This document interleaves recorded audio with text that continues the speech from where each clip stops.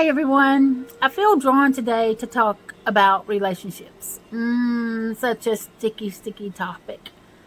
I've just had a lot of conversations over the past couple of weeks that deal with relationships and relationships ending and new relationships beginning.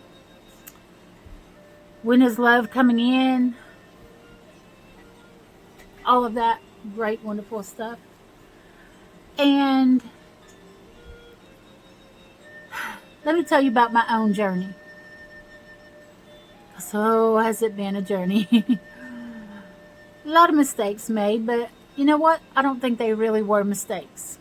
They were all lessons. I learned something with every single one of them. Every one of my relationships. No matter how long or how short they were, found out something about myself, about relationships in general, and about the other person.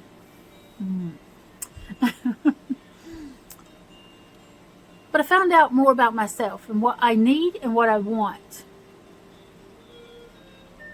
And what stands out the most is that balance. Balance is the biggest thing of all. I've met a lot of wonderful people.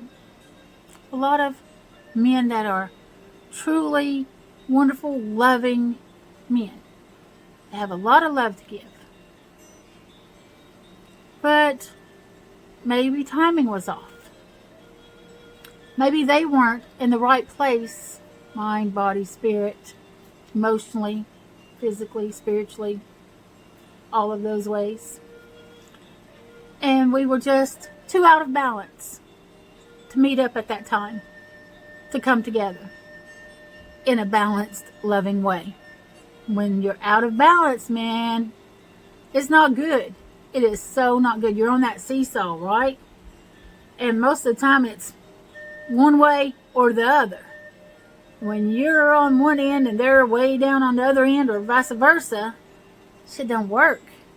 It just does not work. It's just more of a headache than anything else, and frustrating, and you can't, you admire and you like each other, but you're just so off balance that you can't meet in the middle. So balance is the key in any relationship. Your energies have to be balanced. You can't have someone that is an extreme giver and the other person being an extreme taker. Kind of both have to have a little bit of give and take in the relationship. Because resentment comes in when you are so opposite of each other. A lot of resentment. Even when it's like, just take me for instance. I know I can be difficult. Let's not deny that one little bit. And where I am difficult is I have an amazing amount of love to give. I am super passionate and affectionate, super loving and giving. But I'm also a doer. This is where it gets hard. So if you're not a doer and you're let's wait around and see kind of person, oh God, that's like nails down a chalkboard to me. It hurts the core of my being. Get so frustrated and wound tight. I get almost angry at that other person for just sitting around waiting for whatever. I hate to say it that way. I shouldn't say it that way, but I'm being a little over dramatic. But I'm a planner and I'm a doer. Once I have an idea, I start planning it. And if I can make it work, I go ahead and do it. It's done. Before you can blink an eye, before you can ask any questions, that's just done. Which can be frustrating to someone who's not that type of personality. They're still dealing with the concept, the idea. They never even got to the planning stage before I planned it and finished it. And now I'm a little bit upset with them because they're so far behind me. Because our energies are way off. And our personalities are way off. But they're good, honest, loving person. It's just not the right mix of energy. You see? Which is a recipe for disaster.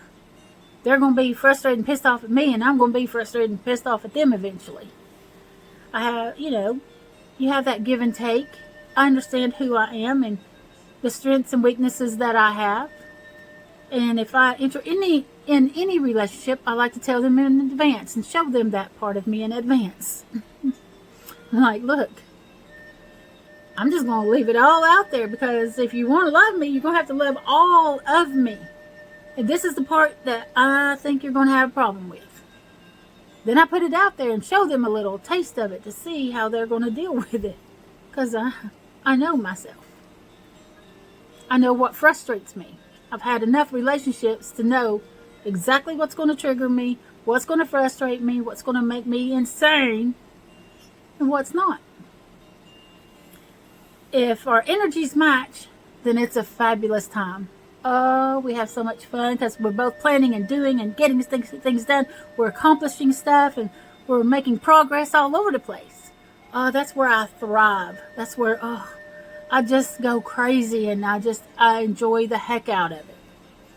But if you're going to be one of those slow motion, you got to think about it forever and ever and ever before you even start putting a plan together, or you don't even put a plan, you just think about it forever and a plan never comes around, and someday eventually maybe you might do it.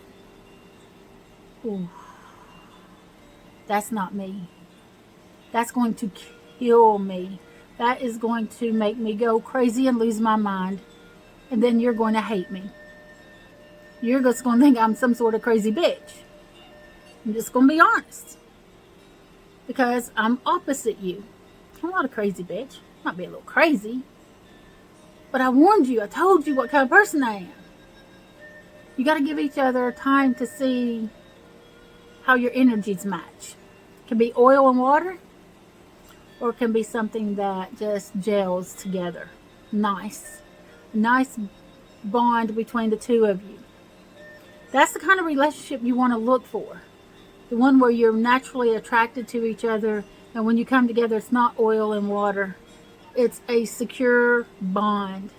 You have things in common, your energy matches each other, where you can do things together and not be against each other, not be constantly pushing apart, pushing away from each other.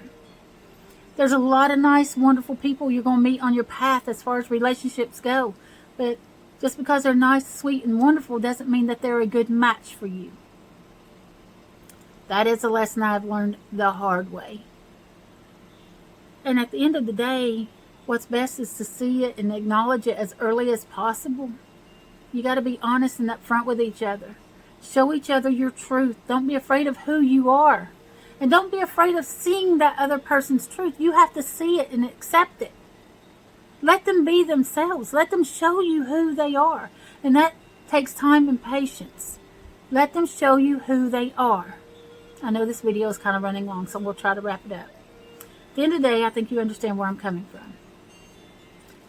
Be patient with each other. Don't just jump. And I know a lot of you probably think I've been jumping through the years. But you've not really seen me with that many partners.